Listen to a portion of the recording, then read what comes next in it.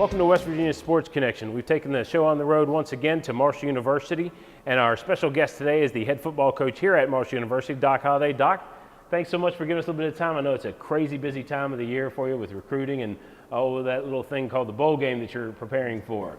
Yeah, it's always, and again, it's a pleasure to be on.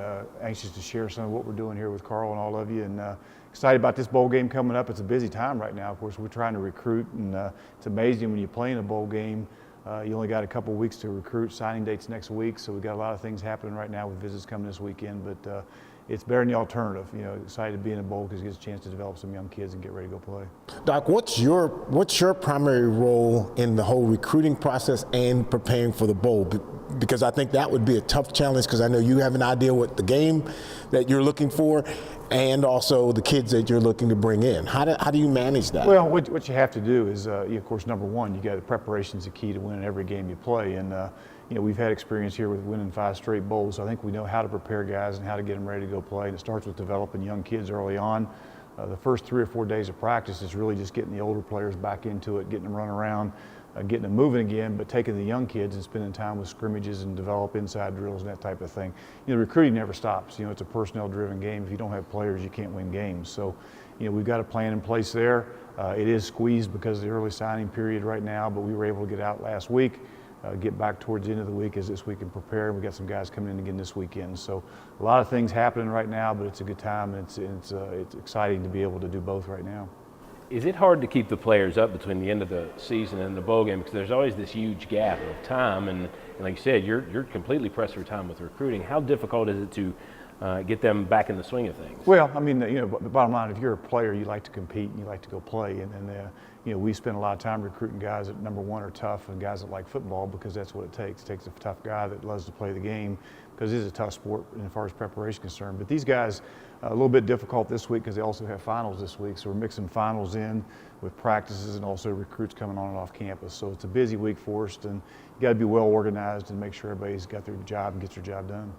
Is there when you start to look at the process of getting prepared for the bowl game, is there a specific area, special teams, offense, defense, that you think is going to be critical to winning? And I know it takes all phases, but is there one specific area that you think could be critical to you having a successful bowl? Well, I think, Carl, any time you know, success as far as winning games is just following the plan to win. It starts with playing great defense, you know, and we've been pretty good around here on defense. That's where it all starts.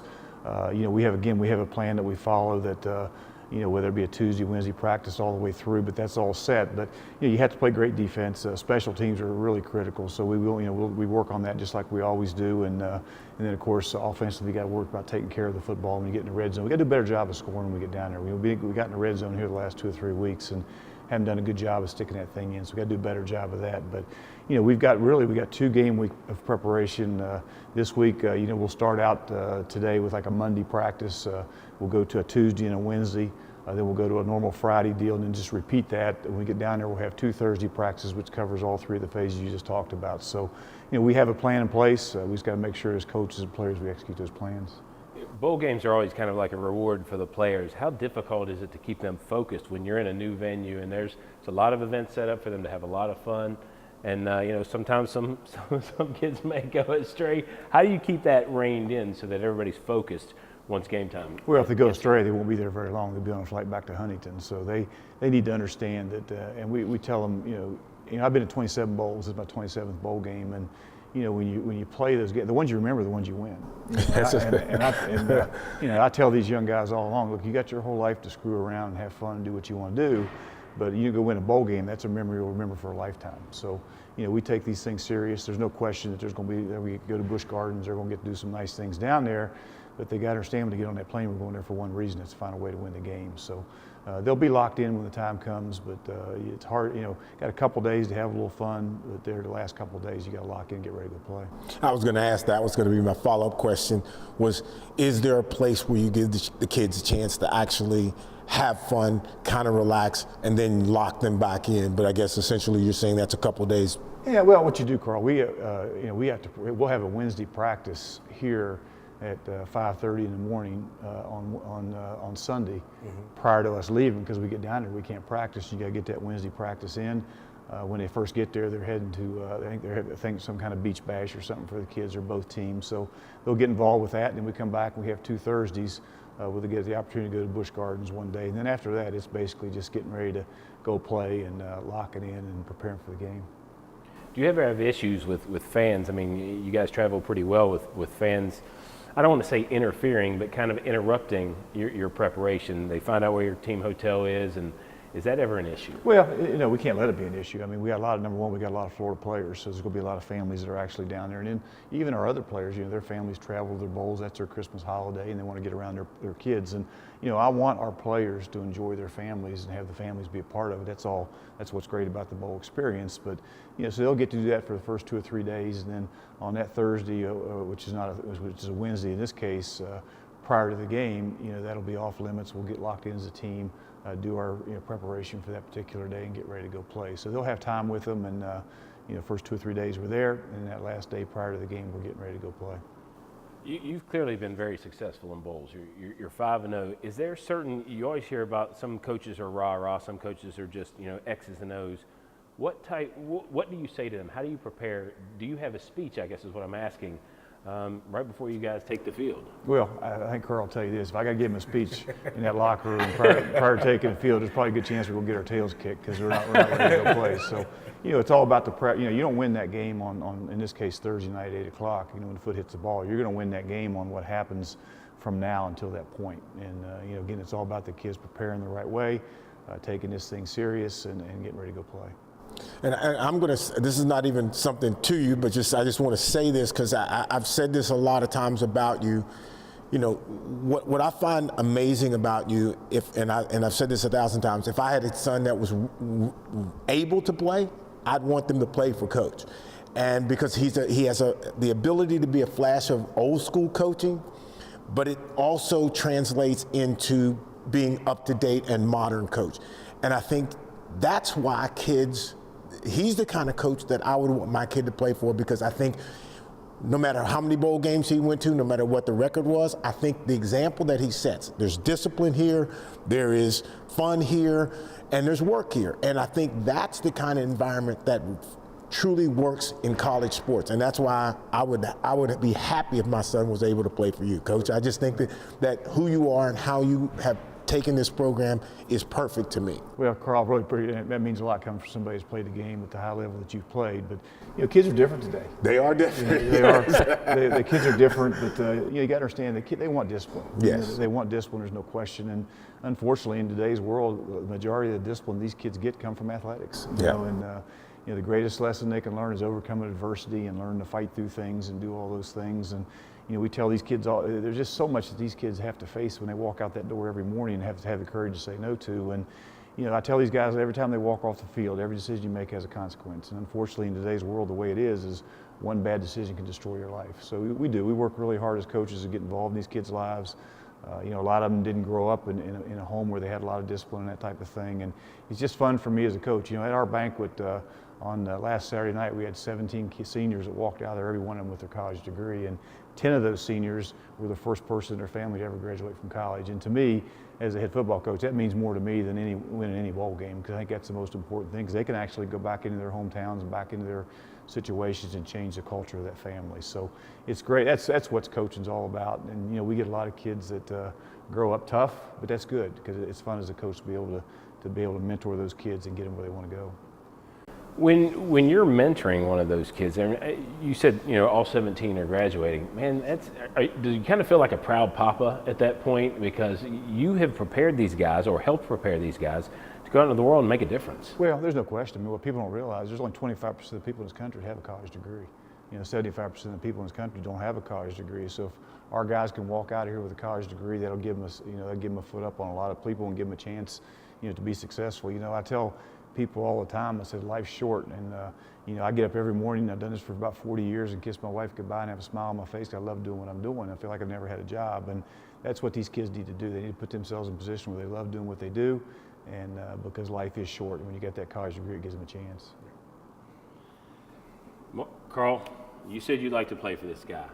What is Marshall going to do? I would like for Carl to play for us, maybe a week from Thursday, because that one thing, South Florida's got some really big wideouts, and our corners aren't quite as big as what you are right now. So that'd be great. Are you up for it, Carl? I mean, do you have any eligibility left? I might be to put a uniform on, but the moment he puts me in the lines, in between them lines, he's gonna bring me back off real quick. We'll just make sure we bail you. We don't I got to bail out for sure. We'll make sure you're bailing on that first deal. Yeah. All right, well, listen, Doc, I can't thank you enough for making time. I know it's been really thanks, guys. busy. Hopefully, you Appreciate it. can come back on the show at some point when it's not as crazy as it is now. I know it's always busy for you, but I want to thank you, and good luck in the bowl game. You can do and you can say anything you want. Live your life and I'll live mine any way I want. You can have and you can take anything you want. But everything that you do, make it what you want. Anything you want, and I want. You can do and you can say anything you want. But everything that you do, make it what you want. This isn't just a beer. It's a lager. A medium-bodied, amber-colored, one-of-a-kind beer. Made from those bold enough to brew it, for those bold enough to drink it.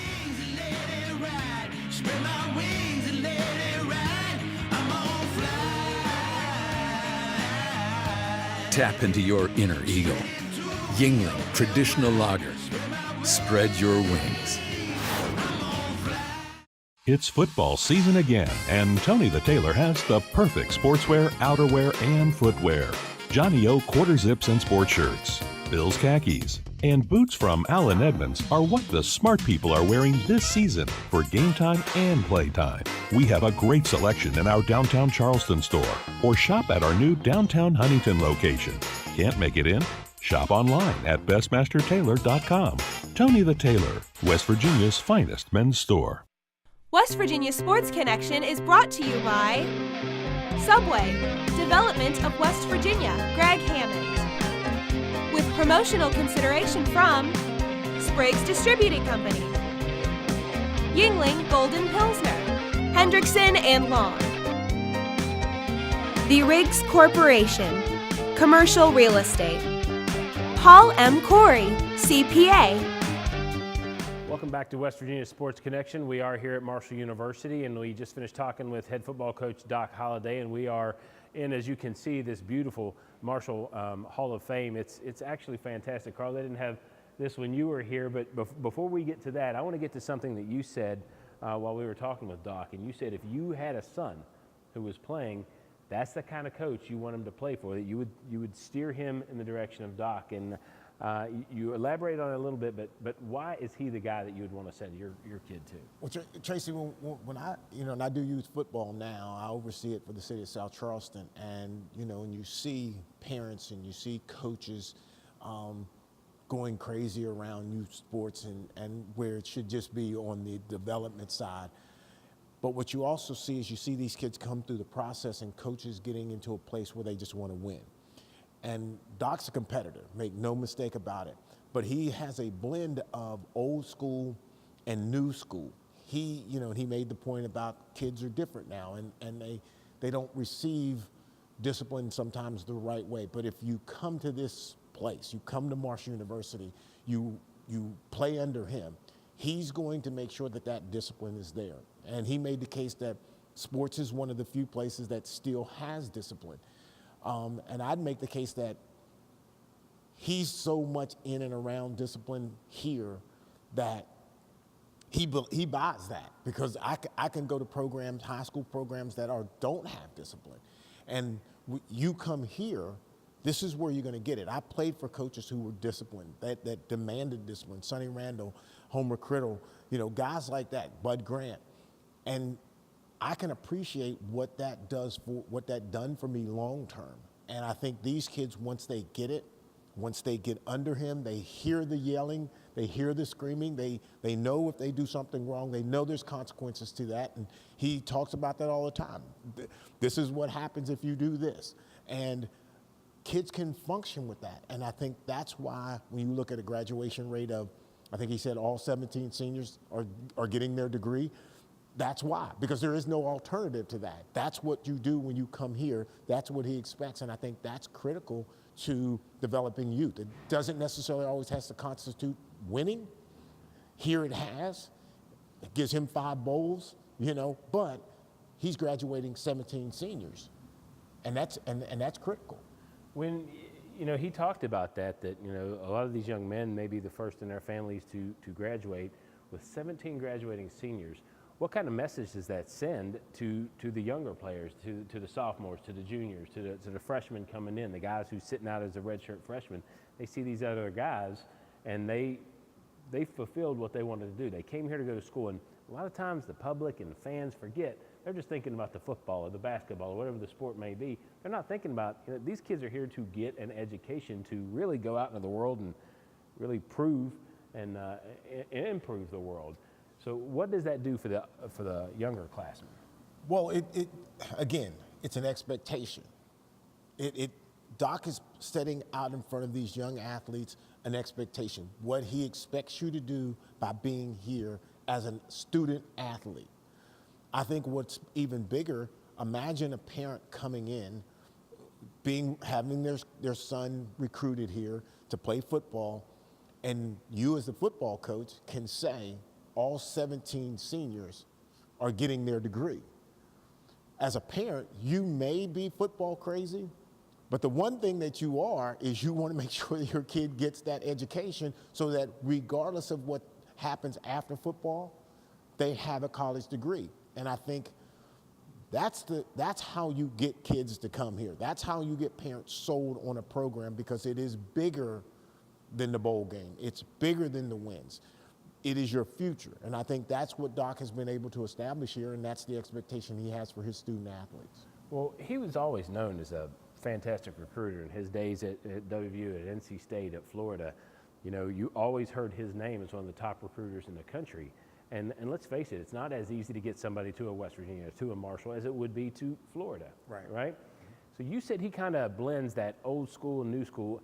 So he's transitioned very well, because society has changed so much in the last 20 to 30 years, but Doc seems to still be able to get the results. Because I think he's a matter of fact.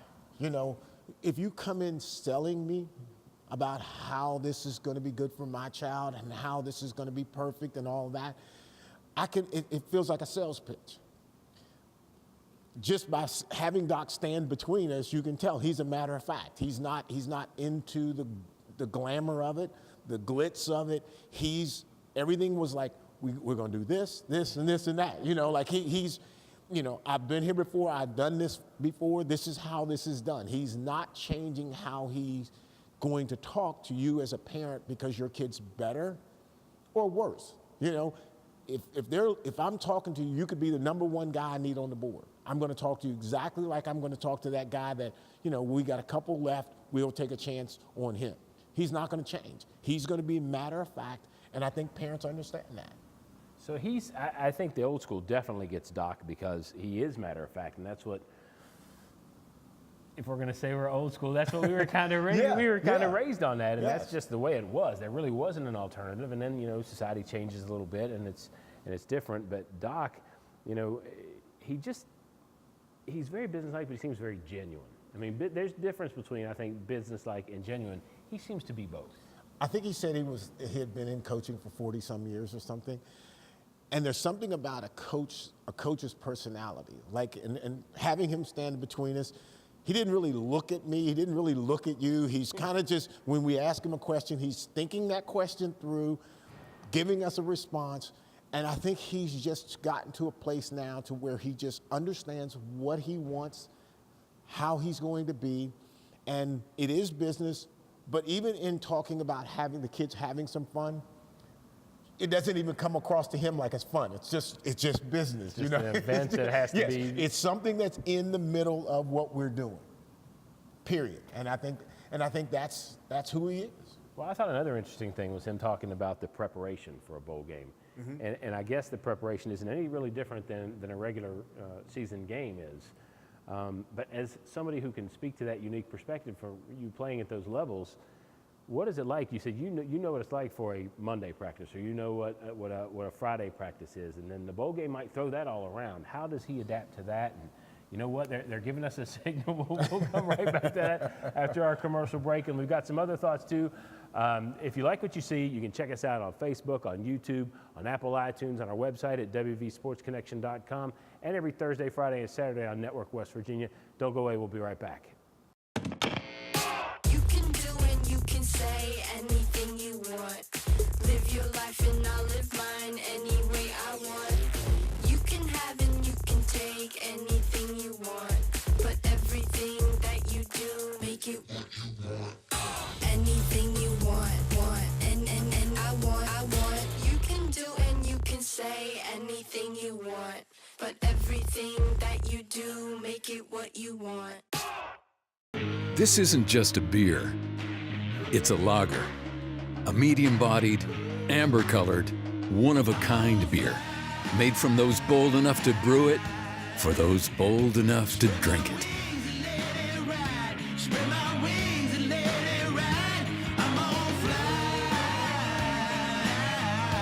Tap into your inner eagle. Yingling Traditional Lager. Spread your wings. It's football season again, and Tony the Tailor has the perfect sportswear, outerwear, and footwear. Johnny O quarter zips and sport shirts, Bill's khakis, and boots from Allen Edmonds are what the smart people are wearing this season for game time and play time. We have a great selection in our downtown Charleston store, or shop at our new downtown Huntington location. Can't make it in? Shop online at bestmastertailor.com. Tony the Tailor, West Virginia's finest men's store. West Virginia Sports Connection is brought to you by Subway, Development of West Virginia, Greg Hammond. With promotional consideration from Spriggs Distributing Company, Yingling Golden Pilsner, Hendrickson and Long, The Riggs Corporation, Commercial Real Estate, Paul M. Corey, CPA. Welcome back to West Virginia Sports Connection. We are coming to you on a road show at Marshall University, and we were talking with Doc Holliday, and Carl and I, we were talking about all the things that Doc brings to the table. And one of the things that during the commercial break we went out on was what is preparation for a bowl game like? Because, with whatever day of the week that may fall on, it can completely throw off your schedule because you have a Monday practice, a Wednesday practice, a Thursday and Friday, and those are all different practices, right? Yes, every day, there's like when you say a Monday's practice, anybody who's been in that, and I won't go into all the details of each of the days of practice, but Monday is its own thing. In the pros, Tuesday's an off day, so Wednesday's a certain practice, Thursday's a certain practice, Friday. And it was interesting to me hearing Doc talk about, on Thursday or on Wednesday, we'll do a Thursday practice and mixing up because everybody gets and understands what that practice is. And each practice has a certain specific thing that you're working on. Friday practices are typically going to be a lighter practice as you get closer to the game. Monday's practices are kind of recapping what you've done before. Wednesdays and Thursdays in the pros are typically going to be those more challenging practices, working on some offense and defense. And so Doc has gotten himself locked into what those types of practices are and making sure he addresses each phase of the game. There'll be a special teams practice in there, and he was talking about the events that come with the bowl game. There's going to be some entertainment, some fun for the kids and the parents, but there gets a point like that whole parent issue, that's like tickets for in the pros. It's like people wanting tickets, like you go to Florida, you go to California, you got family that's there. Everybody's calling saying, hey, can we come over to the hotel? And at some point you have to cut all of that out, and it turns into business. And the coach's role in that is to understand or to make sure all the athletes understand ticket, no more conversation around tickets, no more conversation around having fun. Family needs to know they got to go home, go back to their hotel, and we got to get into a true week's practice, a game week's practice. And when you start talking about that game week on the college level, it's going to be a Monday, Tuesday, Wednesday, Thursday, getting ready for Friday, lighten practice, and then if the game's on Saturday, then we go play. You got to have, a coach has to feel good about making sure he gets that game week practice without any interruption, no ticket talk, no going to the beach, none of that kind of stuff.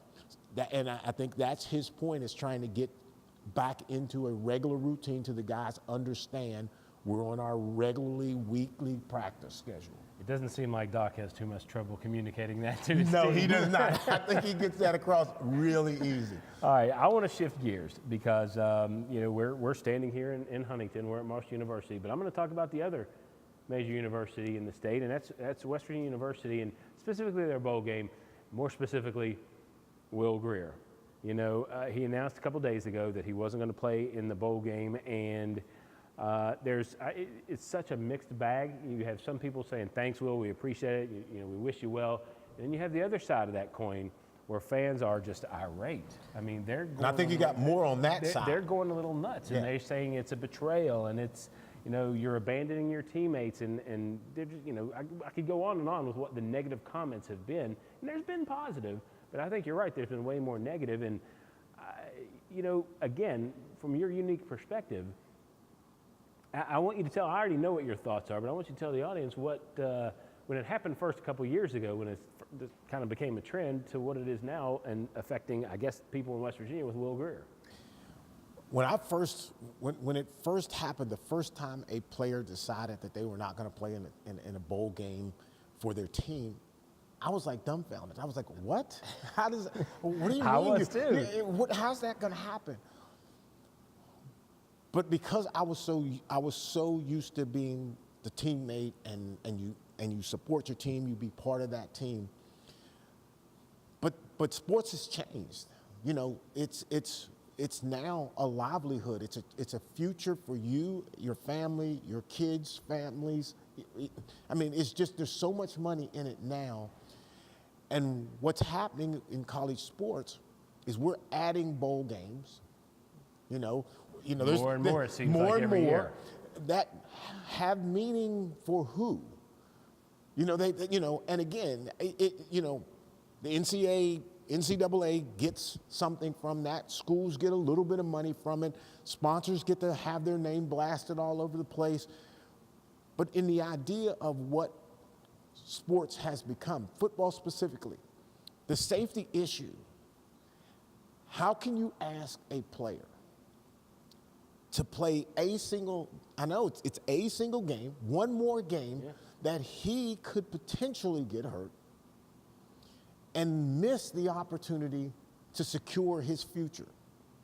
If you were getting a promotion and I was like, "Hey, Tracy, let's go skydiving," and you're gonna, thank you. and you're going to sign that contract tomorrow, and it's the future. I mean, it could set you for life. And I'm asking you to go parachute. We're gonna jump out of a plane. And you say to me, like, "No."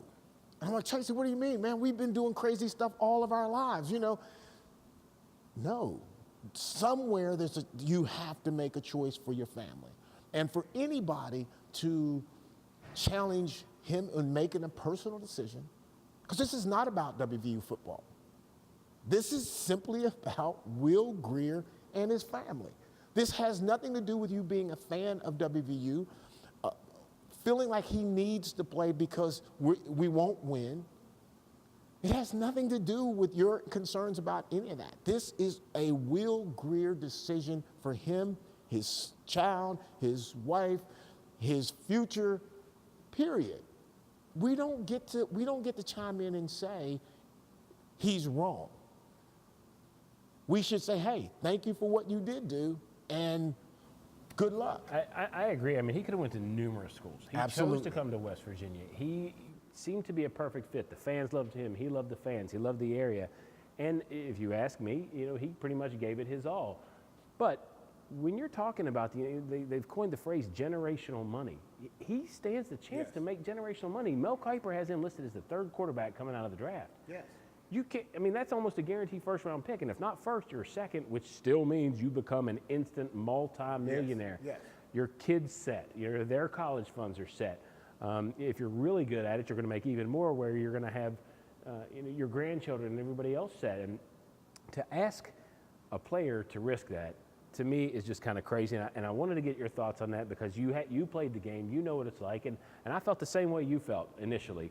But I kind of feel the way you feel now because it's not our lives. If he tore his knee up, okay, God forbid he would tear his knee up in the game, what would you say then about he should have played? What would you say?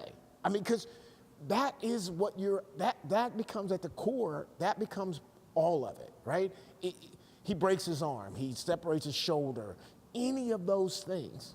Puts a risk for everything. Puts a risk. For everything. What do you say to him now? And the fans lose nothing, he loses everything. Yes. So with that, we're gonna wrap up. We're telling me we're running out of time. Carl, does it feel good to stand in your old stomping grounds? I always love when I get a chance to come back to Marshall. You know, the only person I missed today really was Mike Hamrick. Well, so we'll catch Mike the next time around. Listen, I want to thank you for watching West Virginia Sports Connection. Again, if you like the show, you can catch it on Apple iTunes, on Facebook, on YouTube, our website, WVSportsConnection.com, and on Network West Virginia on Thursday, Fridays, and Saturdays. We're always looking for sponsors. Check us out, and thanks for watching. We'll see you next time.